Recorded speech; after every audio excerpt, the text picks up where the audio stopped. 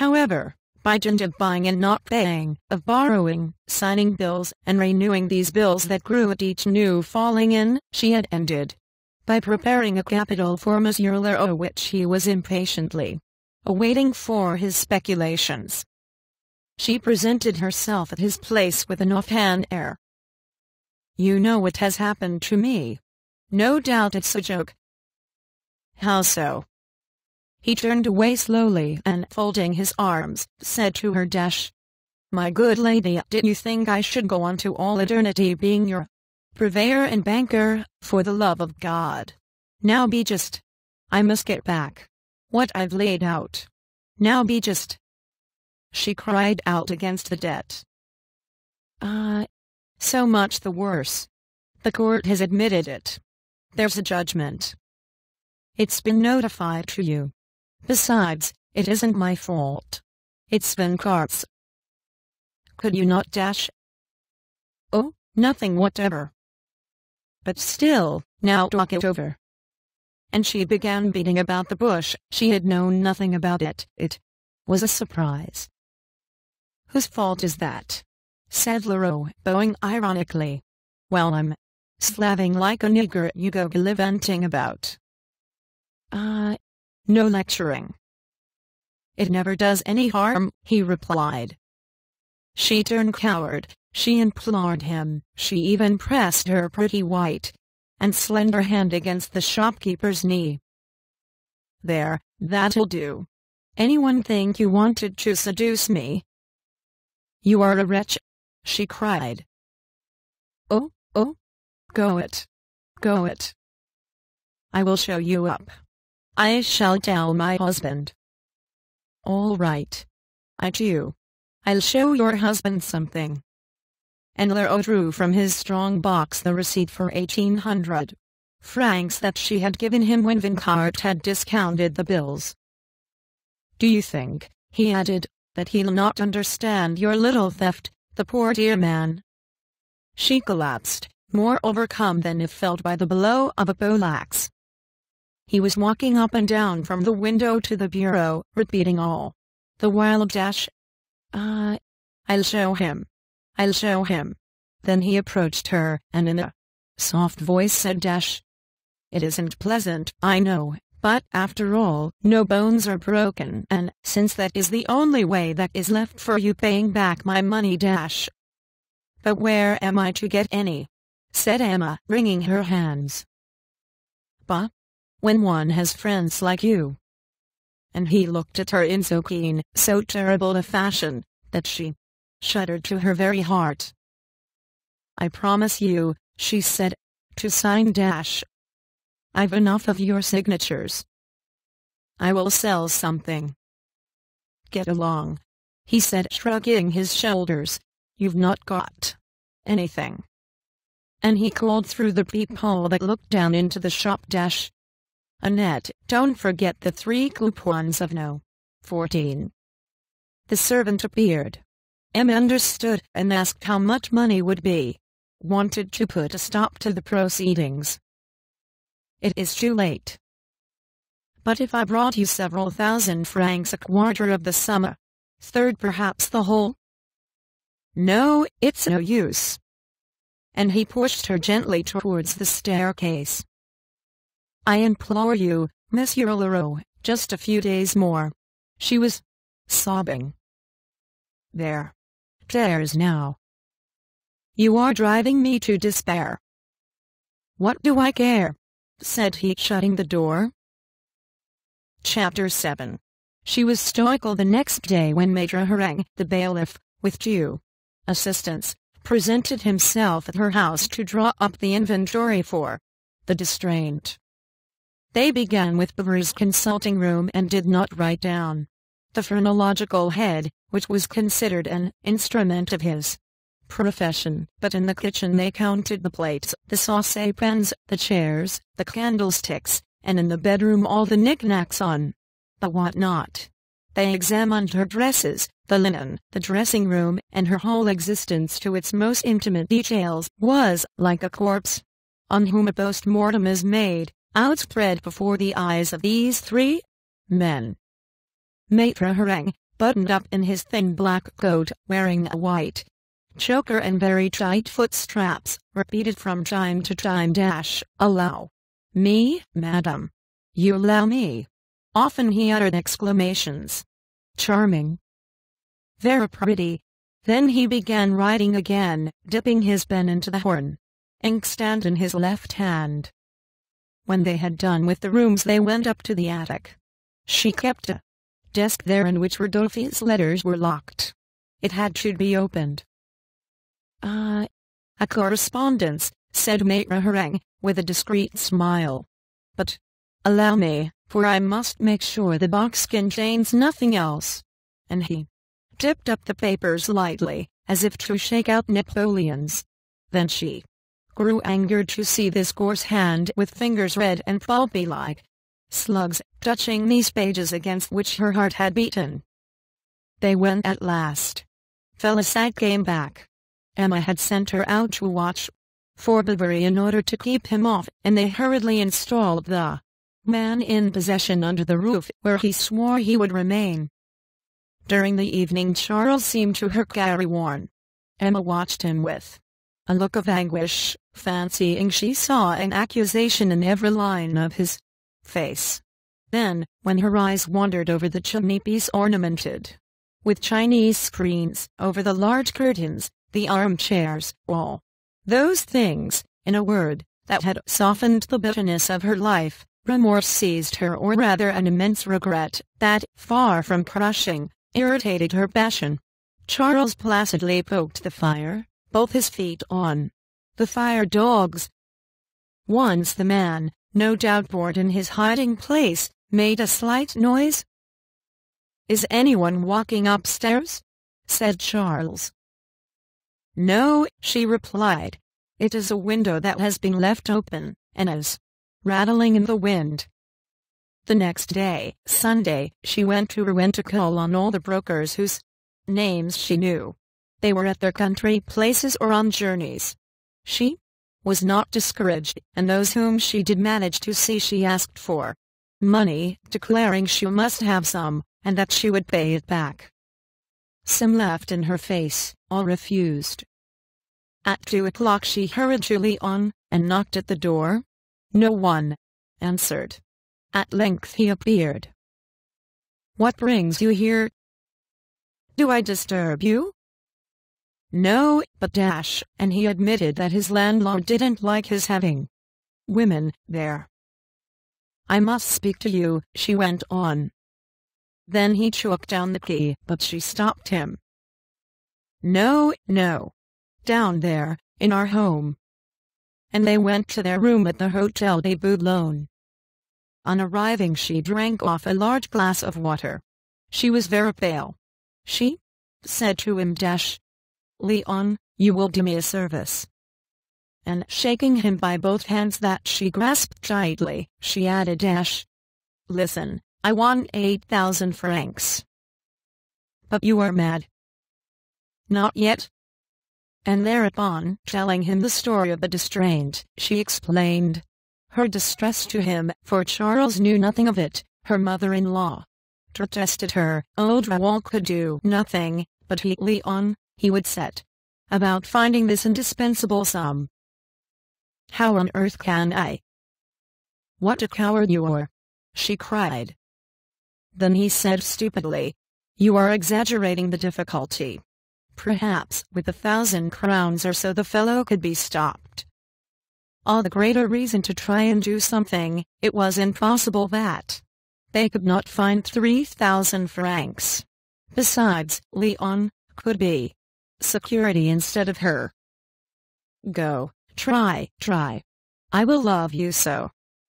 He went out and came back at the end of an hour, saying, with solemn face, "I have been to 3 people with no success."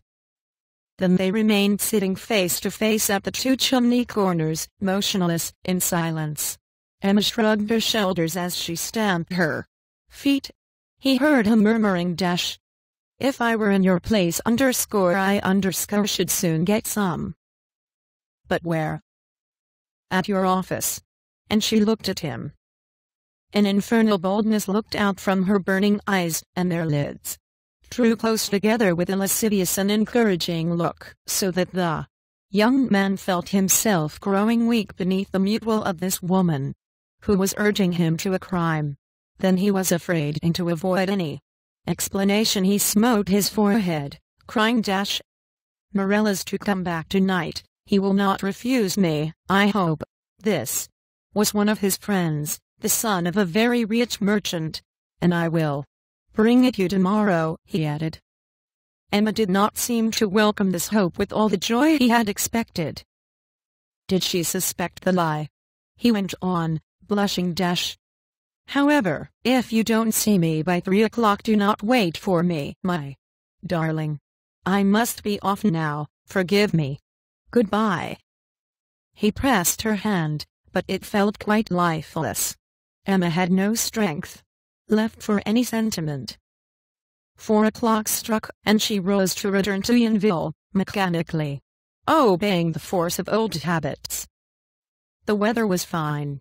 It was one of those March days, clear and sharp, when the sun shines in a perfectly white sky. The rue and folk in Sunday clothes were walking about with happy looks. She reached the Place du Bovis. People were coming out after vespers. The crowd flowed out through the 3 doors like a stream through the 3 arches of a bridge, and in the middle one, more motionless than a rock, stood the beadle. Then she remembered the day when, all anxious and full of hope, she had entered beneath this large nave that had opened out before her, less profound than her love, and she walked on weeping beneath her veil, giddy, staggering, almost fainting. "Take care!" cried a voice issuing from the gate of a courtyard that was thrown open. She stopped to let pass a black horse pawing the ground between the shafts of a tilbury driven by a gentleman in sable furs. Who was it?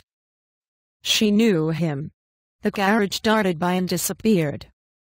Why, it was he, the Viscount. She turned away. The street was empty. She was so overwhelmed, so sad, that she had to lean against a wall to keep herself from falling. Then she thought she had been mistaken. Anyhow, she did not know. All within her and around her was abandoning her.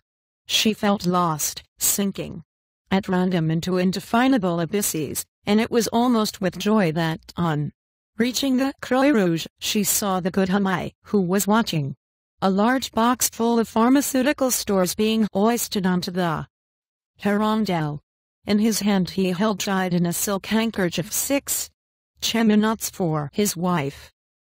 Madame Hamai was very fond of these small, heavy turban-shaped loaves that are eaten in Lent with salt butter, a last vestige of Gothic food that goes back, perhaps, to the time of the Crusades, and with which the robust Normans gorged themselves of yore, fancying they saw on the table, in the light of the yellow torches, between tankards of hippocras and huge boars' heads, the heads of Saracens to be devoured. The druggist's wife crunched them up as they had done heroically despite her wretched teeth. And so whenever Hamai journeyed to town, he never failed to bring her home some that he bought at the great baker's in the Rue Massacre. "Charmed to see you," he said, offering Emma a hand to help her into the Hirondelle. Then he hung up his cheminots to the cords of the netting, and remained bareheaded in an attitude pensive and Napoleonic. But when the blind man appeared as usual at the foot of the hill, he exclaimed, "I can't understand why the authorities tolerate such culpable industries. Such unfortunates should be locked up and forced to work. Progress, my word, creeps at a snail's pace. We are floundering about in mere barbarism." The blind man held out his hat, that flapped about at the door as if it were a bag in the lining that had come and nailed. "This," said the chemist, "is a scrofulous affection." And though he knew the poor devil, he pretended to see him for the first time, murmured something about cornea, opaque cornea, sclerotic facies, then asked him in a paternal tone, "My friend, have you long had this terrible infirmity? Instead of getting drunk at the public, you do better to die yourself." He advised him to take good wine, good beer, and good choice. The blind man went on with his song. He seemed, moreover, almost idiotic. At last, Monsieur Hamai opened his purse. "Now there's a sou. Give me back 2 lairds, and don't forget my advice. You'll be the better for it." Hibbert openly cast some doubt on the efficacy of it. But the druggist said that he would cure himself with an antiphlogistic pomade of his own composition, and he gave his address. "Monsieur Hamai, near the market, pretty well known." "Now," said Hibbert, "for all this trouble you will give us your performance." The blind man sank down on his haunches, with his head thrown back, whilst he rolled his greenish eyes, lolled out his tongue, and rubbed his stomach with both hands as he uttered a kind of hollow yell like a famished dog. Emma, filled with disgust, threw him over her shoulder a 5-franc piece. It was all her fortune. It seemed to her very fine thus to throw it away. The coach had gone on again when suddenly Monsieur Hamai leant out through the window, crying, "No farinaceous or milk food. Wear wool next the skin and expose the diseased parts to the smoke of juniper berries." The sight of the well-known objects that defiled before her eyes gradually diverted Emma from her present trouble. An intolerable fatigue overwhelmed her, and she reached her home stupefied, discouraged, almost asleep. "Come what may come," she said to herself. And then, who knows why, at any moment could not some extraordinary event occur. Leroux even might die. At 9 o'clock in the morning she was awakened by the sound of voices. In the place, there was a crowd round the market reading a large bill fixed to one of the posts, and she saw Justin, who was climbing onto a stone and tearing down the bill. But at this moment the rural guard seized him by the collar. Monsieur Hamai came out of his shop, and Mere Lefrancois, in the midst of the crowd, seemed to be perorating. "Madame! Madame!" cried Félicite, running in.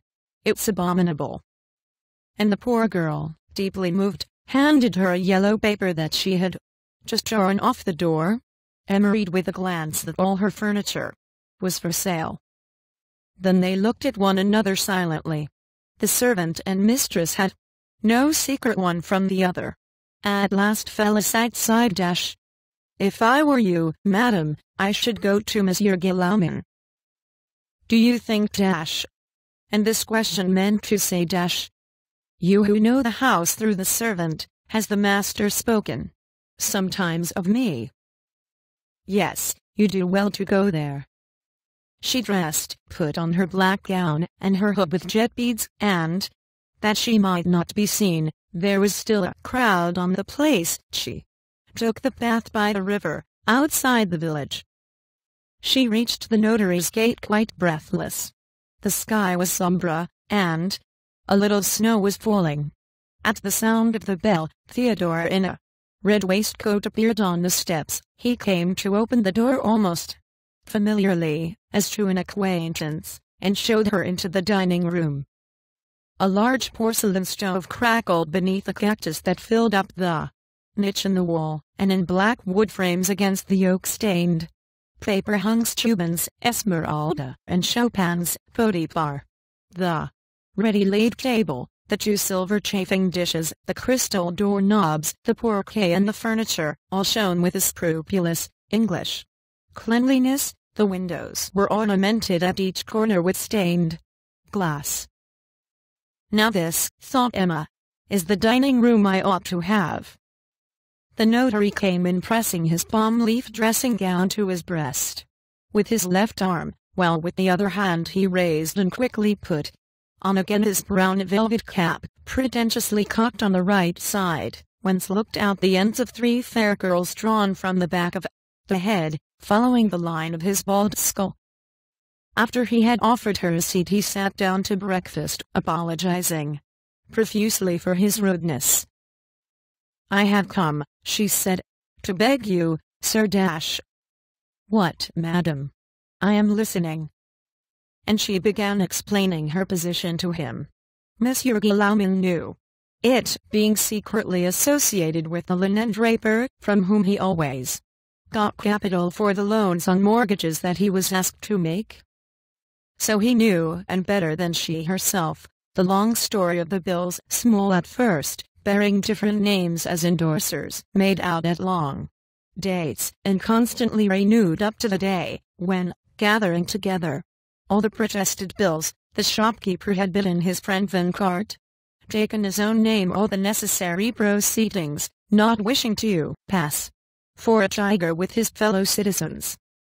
She mingled her story with recriminations against Leroux, to which the notary replied from time to time with some insignificant word.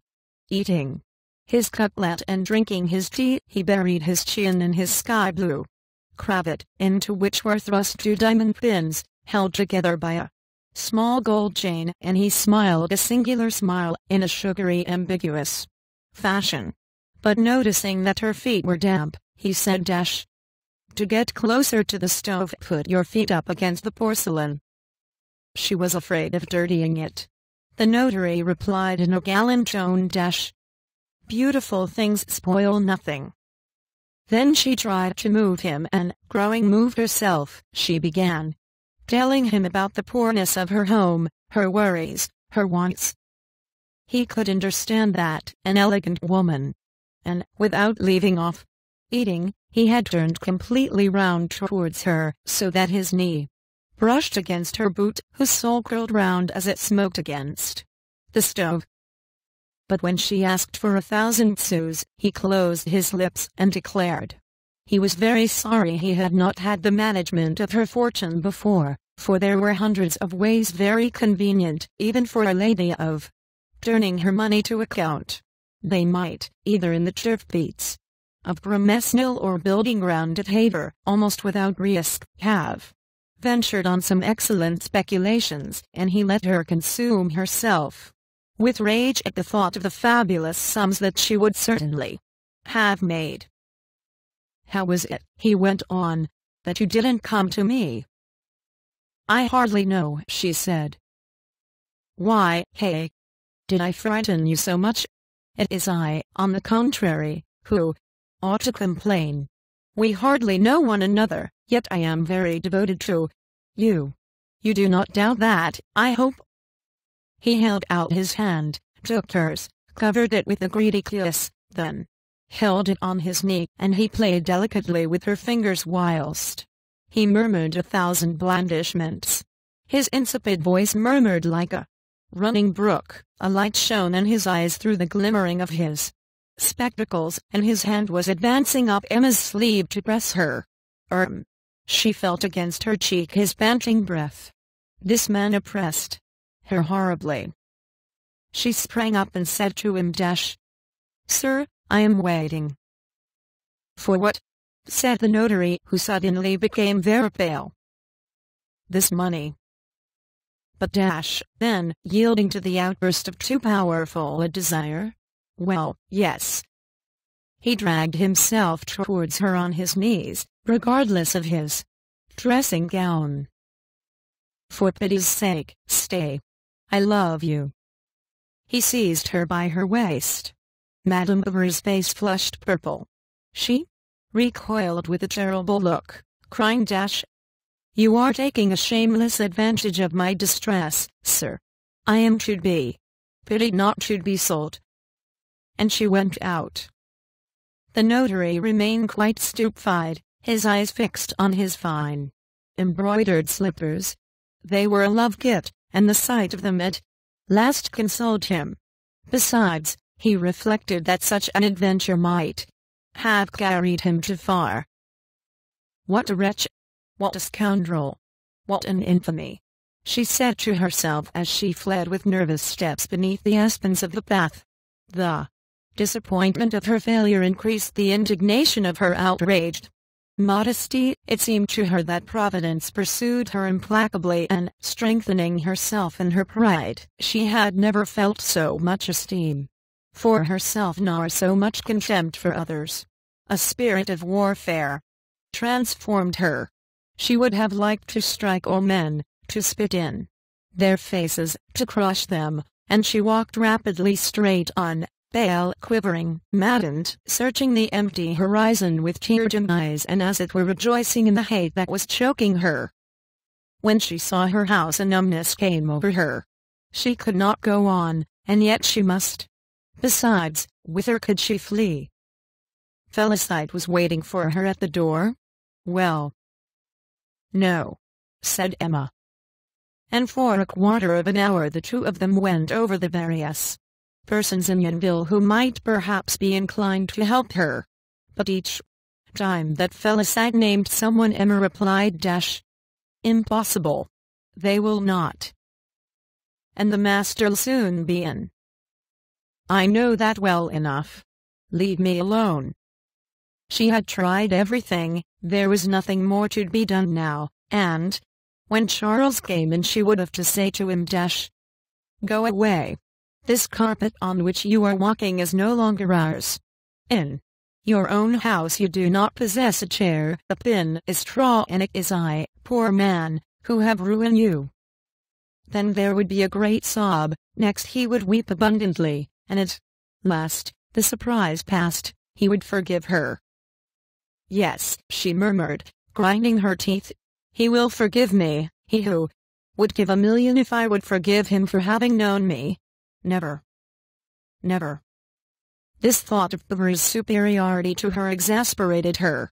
Then, whether she confessed or did not confess, presently, immediately, tomorrow, he would know the catastrophe all the same, so she must wait for this horrible scene and bear the weight of his magnanimity. The desire to return to Larose seized her. What would be the use? To write to her father it was too late, and perhaps, she began to repent, now that she had not yielded to that other. When she heard the trot of a horse in the alley, it was he was opening the gate, he was wider than the plaster wall. Rushing to the stairs, she ran out quickly to the square, and the wife of the mayor, who was talking to Lsteboudoyan, front of the church, saw her going to the tax collector's. She hurried off to tell Madame Caron, and the two ladies went up to the attic, and, hidden by some linen spread across props stationed themselves comfortably for overlooking the whole of Knit's room. He was alone in his garret, busy imitating in wood one of those indescribable bits of ivory, composed of crescents, of spheres hollowed out one within the other, the whole as straight as an obelisk, and of no use whatever, and he was beginning on the last piece. He was nearing his goal. In the twilight of the workshop the white dust was flying from his tools like a shower of sparks under the hoofs of a galloping horse. The two wheels were turning, droning. Knit smiled, his chin lowered, his nostrils distended, and, in a word, seemed lost in one of those complete happinesses that, no doubt, belong only to commonplace occupations, which amuse the mind with facile difficulties, and satisfy by a realization of that beyond which such minds have not a dream. "Ah, there she is!" exclaimed Madame Tuvach. But it was impossible because of the lathe to hear what she was saying. At last these ladies thought they made out the word francs, and Madame Tuvach whispered in a low voice, "She is begging him to give her time for paying her taxes." "Apparently," replied the other. They saw her walking up and down examining the napkin rings, the candlesticks, the banister rails against the walls, while Knit stroked his beard with satisfaction. "Do you think she wants to order something of him?" said Madame Tuvach. "Why, he doesn't sell anything," objected her neighbor. The tax collector seemed to be listening with wide-open eyes, as if he did not understand. She went on in a tender, suppliant manner. She came nearer to him, her breast heaving. They no longer spoke. "Is she making him advances?" said Madame Tuvach. Knit was scarlet to his very ears. She took hold of his hands. "Oh, it's too much." and no doubt she was suggesting something abominable to him, for the tax collector, yet he was brave, had fought at Bautzen and at Lutzen, had been through the French campaign, and had even been recommended for the cross. Suddenly, as at the sight of a serpent, recoiled as far as he could from her, crying, "Madam, what do you mean?" "Women like that ought to be whipped," said Madame Tuvach. "But where is she?" continued Madame Caron, for she had disappeared. Whilst they spoke, then catching sight of her going up the Grand Rue and turning to the right as if making for the cemetery, they were lost in conjectures. "Nurse Rolette," she said on reaching the nurses, "I am choking. Unlace me." She fell on the bed sobbing. Nurse Rolette covered her with a petticoat and remained standing by her side. Then, as she did not answer, the good woman withdrew, took her wheel and began spinning flax. "Oh, leave off," she murmured, fancying she heard Knit's lathe. "What's bothering her?" said the nurse to herself. "Why has she come here?" She had rushed thither, impelled by a kind of horror that drove her from her home. Lying on her back, motionless and with staring eyes, she saw things but vaguely, although she tried to with idiotic persistence. She looked at the scales on the walls, 2 brands smoking end to end, and a long spider crawling over her head in a rent in the beam. At last she began to collect her thoughts. She remembered one day how long ago that was, the sun was shining on the river, and the clematis were perfuming the air. Then, carried away as by a rushing torrent, she soon began to recall the day before. "What time is it?" she asked. Mere Rolette went out, raised the fingers of her right hand to that side of the sky that was brightest, and came back slowly, saying, "Nearly 3? Thanks.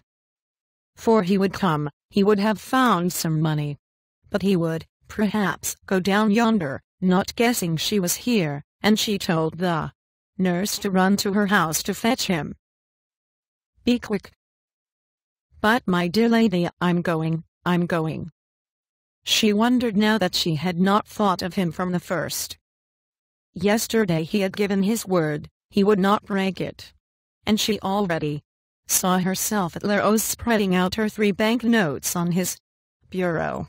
Then she would have to invent some story to explain matters to Bovary. What should it be? The nurse, however, was a long while gone. But, as there was no clock in the cot, Emma feared she was perhaps exaggerating the length of time.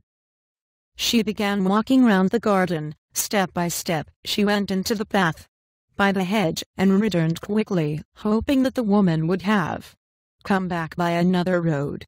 At last, weary of waiting, assailed by fears that she thrust from her, no longer conscious whether she had been here a century or a moment, she sat down in a corner, closed her eyes, and stopped her ears. The gate grated. She sprang up.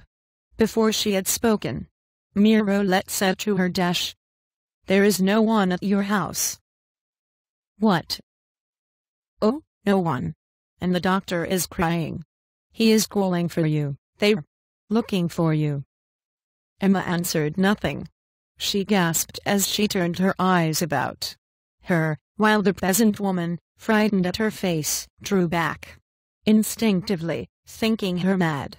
Suddenly she struck her brow and uttered a cry, for the thought of Rodolphe, like a flash of lightning in a dark night, had passed into her soul. He was so good, so delicate, so generous. And besides, should he hesitate to do her this service, she would know well enough how to constrain him to it by rewaking, in a single moment, their lost love. So she set out towards La Huchette, not seeing that she was hastening to offer herself to that which but a while ago had so angered her, not in the least conscious of her prostitution. Chapter 8. She asked herself as she walked along, "What am I going to say? How shall I begin?" and as she went on she recognized the thickets, the trees, the sea rushes on the hill, the chateau yonder. All the sensations of her first tenderness came back to her, and her poor aching heart opened out amorously. A warm wind blew in her face, the melting snow fell drop by drop from the buds to the grass.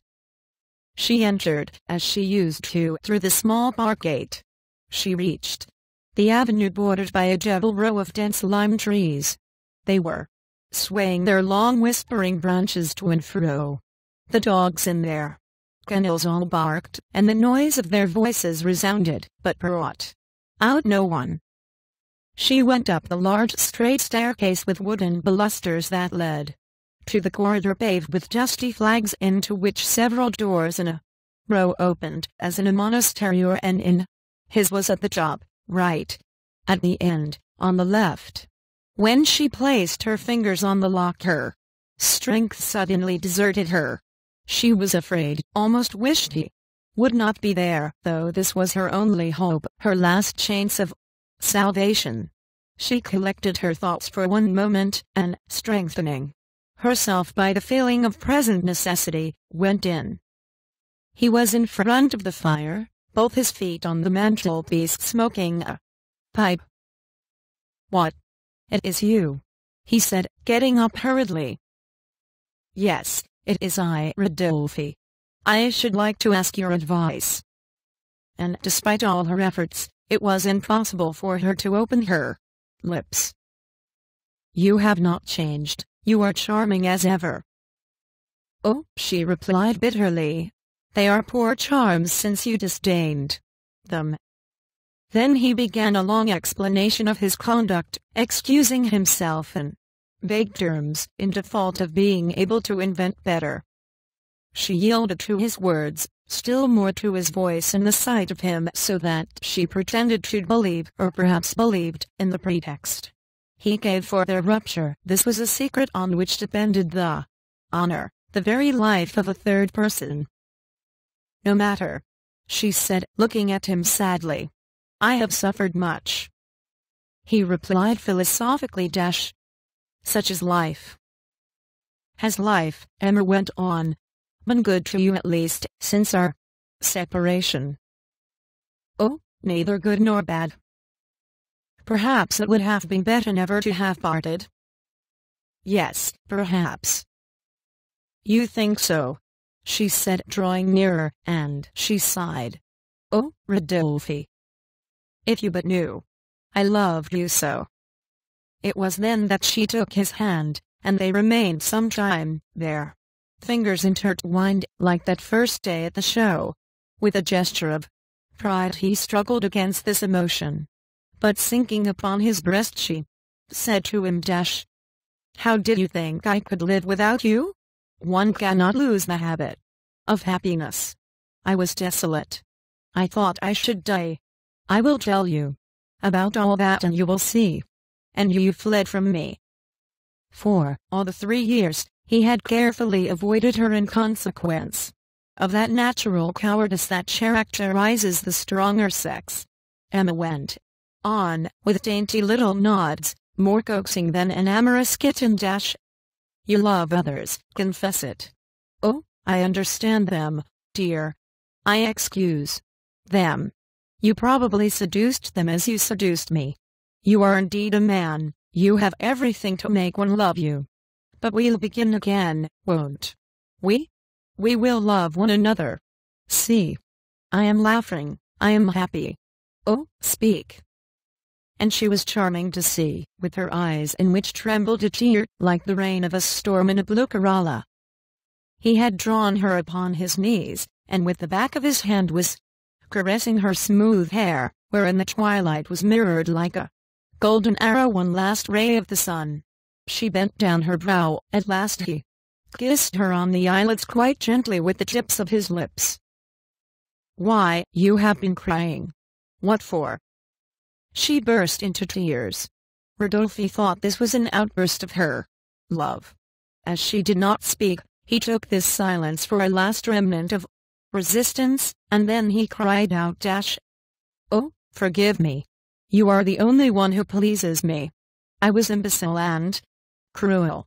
I love you. I will love you always. What is it? Tell me. He was kneeling by her. Well, I am ruined, Rodolphe. You must lend me 3,000 francs. But dash, said he, getting up slowly, while his face assumed a grave expression. You know, she went on quickly, that my husband had placed his whole fortune at a notary's. He ran away. So we borrowed, the patients don't pay us. Moreover, the settling of the estate is not yet done. We shall have the money later on. But today, for want of 3,000 francs, we are to be sold up. It is to be at once, this very moment, and counting upon your friendship, I have come to you.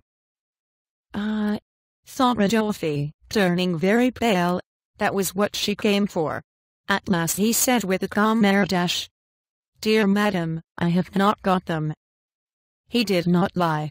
If he had had them, he would, no doubt, have given them, although it is generally disagreeable to do such fine things, a demand for money being, of all the winds that blow upon love, the coldest and most destructive. First she looked at him for some moments. You have not got them, she repeated several times. You have not got them. I ought to have spared myself this last shame. You never loved me. You are no better than the others. She was betraying, ruining herself. Rodolphe interrupted her, declaring he was hard up himself. I pity you, said Emma. Yes, very much. And fixing her eyes upon an embossed carabine that shone against its panoply. But when one is so poor one doesn't have silver on the butt of one's gun. One doesn't buy a clock inlaid with turquoise shell, she went on, pointing to a Buell timepiece, nor silver gilt whistles for one's whips, and she touched them, nor charms for one's watch. Oh, he wants for nothing, even to a liquor stand in his room. For you love yourself, you live well. You have a chateau, farms, woods, you go hunting, you travel to Paris. Why, if it were but that, she cried, taking up two studs from the mantelpiece, but the least of these trifles, one can get money for them. Oh, I do not want them, keep them. And she threw the 2 links away from her, their gold chain breaking as it struck against the wall. But I would have given you everything. I would have sold all, worked for you with my hands. I would have begged on the high roads for a smile, for a look, to hear you say thanks. And you sit there quietly in your armchair, as if you had not made me suffer enough already. But for you, and you know it, I might have lived happily. What made you do it? Was it a bet? Yet you loved me, you said so. And but a moment since, it would have been better to have driven me away. My hands are hot with your kisses, and there is the spot on the carpet where at my knees you swore an eternity of love.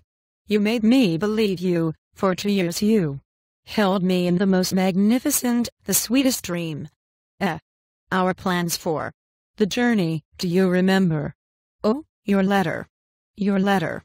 It tore my heart.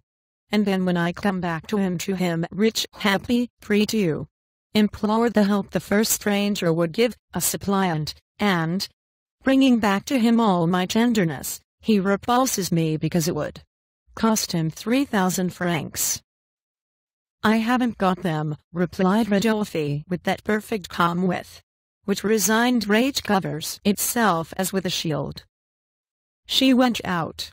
The walls trembled, the ceiling was crushing her, and she passed back through the long alley, stumbling against the heaps of dead leaves scattered by the wind. At last she reached the ha-ha hedge in front of the gate. She broke her nails against the lock in her haste to open it. Then 100 steps farther on, breathless, almost falling, she stopped. And now turning round she once more saw the impassive chateau, with the park, the gardens, the 3 courts, and all the windows of the facade. She remained lost in stupor and having no more consciousness of herself than through the beating of her arteries that she seemed to hear, bursting forth like a deafening music filling all the fields. The earth beneath her feet was more yielding than the sea, and the furrows seemed to her immense brown waves breaking into foam. Everything in her head, of memories, ideas, went off at once like 1,000 pieces of fireworks. She saw her father, Leroux's closet, their room at home, another landscape. Madness was coming upon her. She grew afraid, and managed to recover herself, in a confused way, it is true, for she did not in the least remember the cause of the terrible condition she was in, that is to say, the question of money. She suffered only in her love, and felt her soul passing from her in this memory, as wounded men, dying, feel their life ebb from their bleeding wounds. Night was falling, crows were flying about. Suddenly it seemed to her that fiery spheres were exploding in the air, like fulminating balls when they strike, and were whirling, to melt at last upon the snow between the branches of the trees. In the midst of each of them appeared the face of Rodolphe. They multiplied and drew near her, penetrating her. It all disappeared. She recognized the lights of the houses that shone through the fog. Now her situation, like an abyss, rose up before her. She was panting as if her heart would burst. Then in an ecstasy of heroism that made her almost joyous, she ran down the hill, crossed the cow plank, the footpath, the alley, the market, and reached the chemist's shop. She was about to enter, but at the sound of the bell someone might come, and, slipping in by the gate, holding her breath, feeling her way along the walls, she went as far as the door of the kitchen, where a candle stuck on the stove was burning. Justin in his shirt sleeves was carrying out a dish. They are dining, I will wait," he returned. She tapped at the window. He went out. "The key. The one for upstairs where he keeps the dash." "What?" And he looked at her, astonished at the pallor of her face that stood out white against the black background of the night. She seemed to him extraordinarily beautiful and majestic as a phantom. Without understanding what she wanted, he had the presentiment of something terrible. But she went on quickly in a love voice, in a sweet, melting voice. "I want it, give it to me." As the partition wall was thin, they could hear the clatter of the forks on the plates in the dining room. She pretended that she wanted to kill the rats that kept her from sleeping. "I must tell master." "No, stay." Then with an indifferent air, "Oh, it's not worth while, I'll tell him presently. Come, light me upstairs." She entered the corridor into which the laboratory door opened. Against the wall was a key labeled Capernaum. "Justin," called the druggist impatiently. "Let us go up." And he followed her.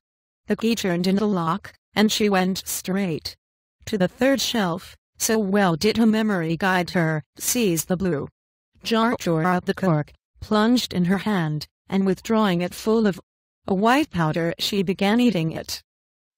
"Stop!" he cried, rushing at her. "Hush! Someone will come." He was in despair, was calling out. "Say nothing, or all the blame will fall on your master." Then she went home, suddenly calmed, and with something of the serenity of one that had performed a duty. When Charles, distracted by the news of the distraint, returned home, Emma had just gone out. He cried aloud, wept, fainted, but she did not return. Where could she be? He sent Félicite to Hamai, to Monsieur, to Vache, to Leroux, to the Lion d'Or, everywhere, and in the intervals of his agony he saw his reputation destroyed, their fortune lost, Bert's future ruined. By what? Not a word. He waited till 6 in the evening. At last, Unable to bear it any longer, and fancying she had gone to ruin, he set out along the road, walked a mile, met no one, again waited, and returned home. She had come back. What was the matter?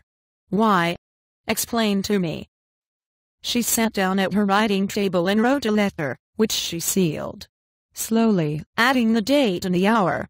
Then she said in a solemn tone, "You are to read it tomorrow. Till then, I pray you, do not ask me a single question. No, not one. But dash. Oh, leave me." She lay down full length on her bed.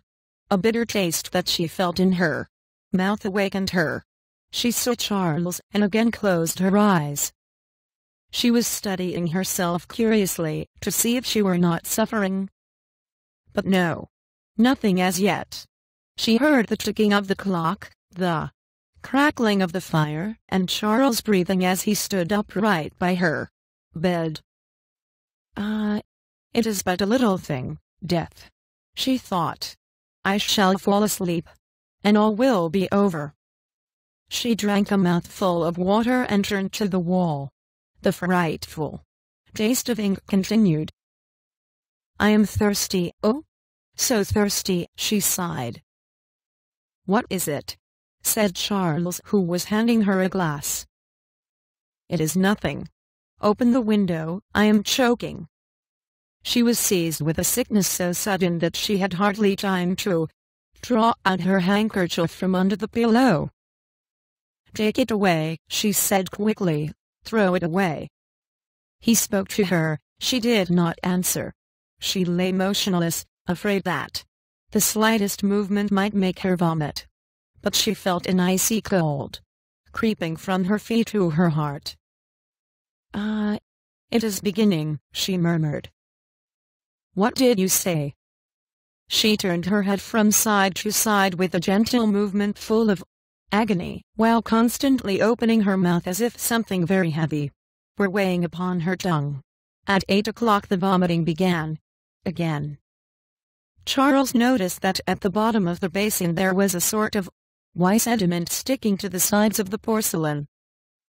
This is extraordinary, very singular, he repeated. But she said in a firm voice, No, you are mistaken. Then gently, and almost as caressing her, he passed his hand over her stomach. She uttered a sharp cry. He fell back to her stricken. Then she began to groan, faintly at first.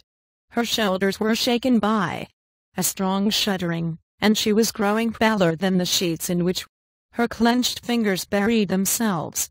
Her unequal pulse was now almost imperceptible. Drops of sweat oozed from her bluish face, that seemed as if frigid in the exhalations of a metallic vapor.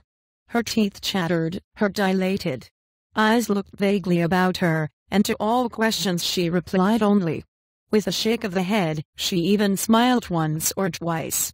Gradually, her moaning grew louder. A hollow shriek burst from her. She pretended she was better and that she would get up presently. But she was seized with convulsions and cried out, My God! It is horrible. He threw himself on his knees by her bed. Tell me, what have you eaten? Answer, for heaven's sake. And he looked at her with a tenderness in his eyes such as she had never seen. Well, there, she said in a faint voice. He flew to the writing table, tore open the seal, and read aloud. Accuse no one. He stopped, passed his hands across his eyes, and read it over again. What? Help, help. He could only keep repeating the word. Poisoned. Poisoned. Felicite ran to him. I, who proclaimed it in the marketplace, Madame Lefrancois, heard it at the Lion d'Or. Some got up to go and tell their neighbors, and all night the village was on the alert. Distraught, faltering, reeling, Charles wandered about the room. He knocked against the furniture, tore his hair, and the chemist had never believed that there could be so terrible a sight. He went home to write to Monsieur Ganevich and to Dr. Lariviere. He lost his head, and made more than 15 rough copies. Hippolyte went to Neufchâtel, and Justine so spurred Bovary's horse that he left it foundered and 3 parts dead by the hill at Bois-Guillaume. Charles tried to look up his medical dictionary, but could not read it. The lines were dancing. "Be calm," said the druggist. "We have only to administer a powerful antidote." "What is the poison?" Charles showed him the letter. It was arsenic. "Very well," said Humai. "We must make an analysis." For he knew that in cases of poisoning an analysis must be made, and the other, who did not understand, answered "Oh, do anything. Save her." Then going back to her, he sank upon the carpet, and lay there with his head leaning against the edge of her bed, sobbing. "Don't cry," she said to him. "Soon I shall not trouble you any more." "Why was it? Who drove you to it?" She replied. "It had to be, my dear." "Weren't you happy?" "Is it my fault? I did all I could." "Yes, that is true, you are good, you." And she passed her hand slowly over his hair. The sweetness of this sensation deepened his sadness. He felt his whole being dissolving in despair at the thought that he must lose her, just when she was confessing more love for him than ever. And he could think of nothing, he did not know, he did not dare. The urgent need for some immediate resolution gave the finishing stroke to the turmoil of his mind. So she had done, she thought, with all the treachery and meanness, and numberless desires that had tortured her. She hated no one now. A twilight dimness was settling upon her thoughts, and, of all earthly noises, Emma heard none but the intermittent lamentations of this poor heart, sweet and indistinct like the echo of a symphony dying away. "Bring me the child," she said, raising herself on her elbow. "You are not worse, are you?" asked Charles. "No, no." The child, serious and still half asleep, was carried in on the servant's arm in her long white nightgown, from which her bare feet peeped out. She looked wonderingly at the disordered room, and half closed her eyes, dazzled by the candles burning on the table.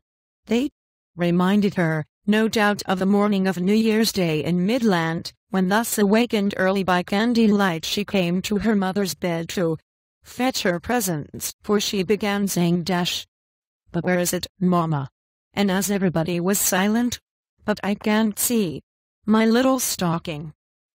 Felicite held her over the bed while she still kept looking towards the mantelpiece.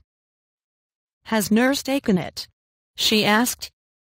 And at this name, that carried her back to the memory of her adulteries and her calamities, Madame Bovary turned away her head, as at the loathing of another bitter poison that rose to her mouth. But Berthe remained perked on the bed. "Oh, how big your eyes are, Mamma! How pale you are! How hot you are!" Her mother looked at her. "I am frightened," cried the child, recoiling. Emma took her hand to kiss it. The child struggled. "That will do. Take her away," cried Charles, who was sobbing in the alcove. Then the symptoms ceased for a moment. She seemed less agitated, and at every insignificant word, at every respiration a little more easy. He regained hope. At last, when Ganevich came in, he threw himself into his arms. It is you. Thanks. You are good. But she is better. See. Look at her." His colleague was by no means of this opinion, and as he said of himself, never beating about the bush, he prescribed an emetic in order to empty the stomach completely. She soon began vomiting blood. Her lips became drawn. Her limbs were convulsed, her whole body covered with brown spots, and her pulse slipped beneath the fingers like a stretched thread, like a harp string nearly breaking. After this she began to scream horribly. She cursed the poison, railed at it, and implored it to be quick and thrust away with her stiffened arms everything that Charles, in more agony than herself, tried to make her drink. He stood up, his handkerchief to his lips, with a rattling sound in his throat, weeping and choked by sobs that shook his whole body. Felicite was running hither and thither in the room. Himai, motionless, uttered great sighs, and Monsieur Ganived, always retaining his self-command, nevertheless began to feel uneasy. The devil! Yet she has been purged, and from the moment that the cause ceases the effect must cease, said Himai. That is evident. Oh, save her! Cried Bovary. And, without listening to the chemist, who was still venturing the hypothesis, it is perhaps a salutary paroxysm, Ganived was about to administer some theriac, when they heard the cracking of a whip. All the windows rattled, and a post-chaise drawn by 3 horses abreast, up to their ears in mud, drove at a gallop round the corner of the market. It was Dr. La Riviere. The apparition of a god would not have caused more commotion. Bovary raised his hands, Ganived stopped short, and Himai pulled off his skullcap long before the doctor had come in. He belonged to that great school of surgery begotten of Picot, to that generation, now extinct, of philosophical practitioners who, loving their art with a fanatical love, exercised it with enthusiasm and wisdom. Everyone in his hospital trembled when he was angry, and his students so revered him that they tried, as soon as they were themselves in practice, to imitate him as much as possible, so that in all the towns about they were found wearing his long wadded merino overcoat and black frock coat, whose buttoned cuffs slightly covered his brawny hands, very beautiful hands, and that never knew gloves, as though to be more ready to plunge into suffering, disdainful of honors, of titles, and of academies, like one of the old night hospitallers, generous, fatherly to the poor, and practicing virtue without believing in it. He would almost have passed for a saint if the keenness of his intellect had not caused him to be feared as a demon. His glance, more penetrating than his pistaries, looked straight into your soul, and dissected every lie athwart all assertions and all reticences. And thus he went along, full of that debonair majesty that is given by the consciousness of great talent, of fortune, and of 40 years of a laborious and irreproachable life. He frowned as soon as he had passed the door when he saw the cadaverous face of Emma stretched out on her back with her mouth open. Then, while apparently listening to Ganived, he rubbed his fingers up and down beneath his nostrils, and repeated good, good. But he made a slow gesture with his shoulders. Bovary watched him. They looked at one another, and this man, accustomed as he was to the sight of pain, could not keep back a tear that fell on his shirt frill. He tried to take Ganived into the next room. Charles followed him. She is very ill, isn't she? If we put on cynicisms. Anything. Oh, think of something, you who have saved so many. Charles caught him in both his arms and gazed at him wildly, imploringly, half fainting against his breast. Come, my poor fellow, courage. There is nothing more to be done. And Dr. La Riviere turned away. You are going. I will come back. He went out only to give an order to the coachman, with Monsieur Ganived, who did not care either to have Emma die under his hands. The chemist rejoined them on the place. He could not by temperament keep away from celebrities, so he begged Monsieur La Riviere to do him the signal honor of accepting some breakfast. He sent quickly to the Lion d'Or for some pigeons, to the butcher's for all the cutlets that were to be had, to that for cream, and to Lsteboudoy for eggs, and the druggist himself aided in the preparations, while Madame Himai was saying as she pulled together the strings of her jacket. You must excuse us, sir, for in this poor place, when one hasn't been told the night before dash. Wine glasses, whispered Hermione. If only we were in town, we could fall back upon stuffed trotters. Be quiet. Sit down, Doctor. He thought fit after the first few mouthfuls, to give some details as to the catastrophe. We first had a feeling of satiety in the pharynx, then intolerable pains at the epigastrium, superpurgation coma. But how did she poison herself?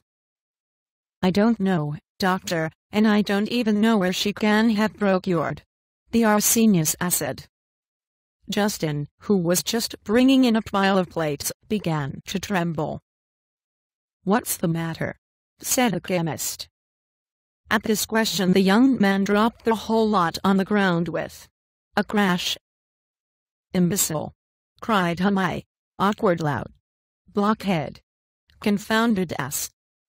But suddenly controlling himself I wished, Doctor, to make an analysis, and primo I delicately introduced a tube You would have done better, said the physician, to introduce your fingers into her throat. His colleague was silent, having just before privately received a severe lecture about his emetic, so that this good canivet, so arrogant and so verbose at the time of the club foot, was today very modest. He smiled, without ceasing, in an approving manner. Hermione dilated in amphitronic pride, and the affecting thought of Bovary vaguely contributed to his pleasure by a kind of egotistic reflex upon himself. Then the presence of the doctor transported him. He displayed his erudition, cited pell-mell cantharides up as the Monchineel vipers. I have even read that various persons had found themselves under toxicological symptoms and, as it were, thunder-stricken by black pudding that had been subjected to a too vehement fumigation. At least this was stated in a very fine report drawn up by one of our pharmaceutical chiefs, one of our masters, the illustrious Cadet de Gassicourt. Madame Hermione appeared, carrying one of those shaky machines that are heated with spirits of wine, for Hermione liked to make his coffee at table, having, moreover, purified it, pulverized it, and mixed it himself. Saccharum, Doctor, said he, offering the sugar.